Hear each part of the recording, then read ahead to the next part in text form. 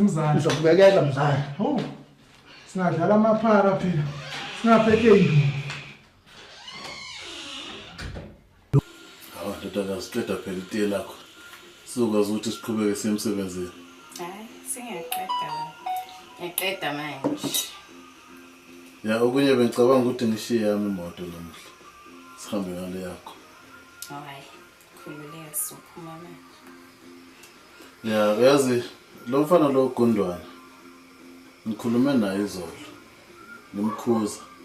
Ngoba lento yakhe yokufika late ngathi angeke sakwazi ukuyimela manje. Hayi phela wafika late manje ngizomkhahlela. Hayi, asithemba ukuthi uzoshintsha. Kungaze kufike endukwini. Kuzamsiza phela lokho. Isidlala phakathi.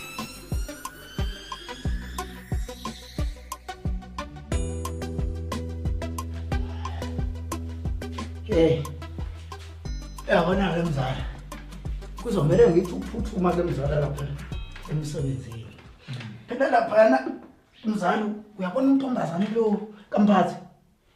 Ayi singe isicathulo mzala ungikhumbuza lo mama lo amafilimu lona ubovu lokhu ngathi ukukhanya imbawu. Ubani kabi lokho mzala? Usisi Rick. Usinjalo blog. Mzala wami mina ngeke phinde mzala.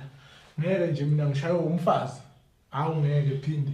Ngifuna umkhulu wami mathanga etshitshi uyadela ngoba bonke bayabona kodwa bambalwa bakuthintayo. Ngeke impela mzala mina ngeke umfazi. Uyabona nomzala kuyasho ukuqhamuka emaplazini nomzala. Uyabona mzala la yiselokishini la mzala. Kunabantu besifazane mzala bashaya izicathulo abangakuthwesa iphente ekhanda ubheka naso. Mzala phela mina ngelusa mzala. Ngelusa mina le kwamlungu. Umuntu ongalawulwa umfazi usigwebo sentamba hayi. Uyabona ke mzala ngeke ungitshela ngosigwebo mina. Uyabona phela usigwebo udlisiwe mzala. Usigwebo umbone seza lapho ukuthi uhamba nesigaqa esingaka sedliso esingangamasende la kaDlubheka lo mfana lo oyecula umaskando sesizingelona ogwasha manje. Mina mzala ngisasho nje namanje ngisamile. Ngeke impela mzala wami. Hayi. Kulungile mzala angikuyeke. Mina ngihambe ngemsebenzini. Lalela ke mzala. Uzokwenza ke okwenzayo la endlini. Udle mzala wenza konke ne-toilet landa lapha.